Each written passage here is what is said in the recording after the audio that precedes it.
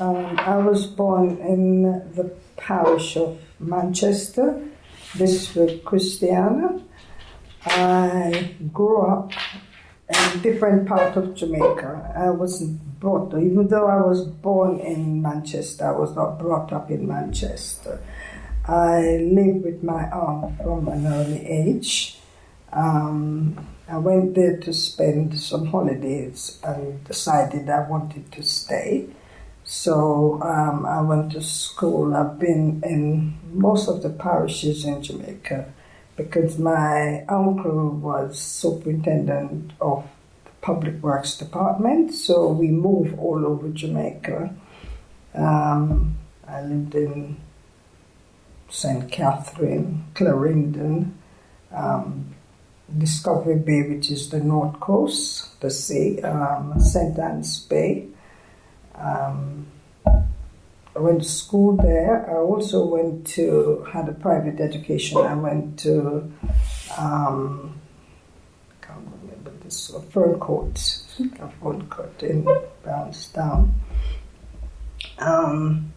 My life in Jamaica was a privileged life because my aunt was what they would class in England as middle class. So consequently, I grew up with helpers. I went to good school. I didn't have to do much. Hence, that's why my children doesn't know how to do anything because I don't prompt them to do nothing. I do everything for them. So, yeah. I have other siblings. How many siblings have I got?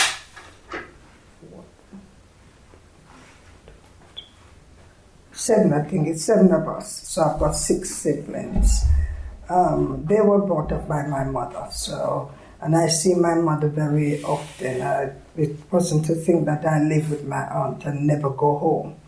I go to my mom for holidays and various different functions. What was your relationship with your mum like as a result? Fantastic, okay. Yeah. And my other sibling, just as good.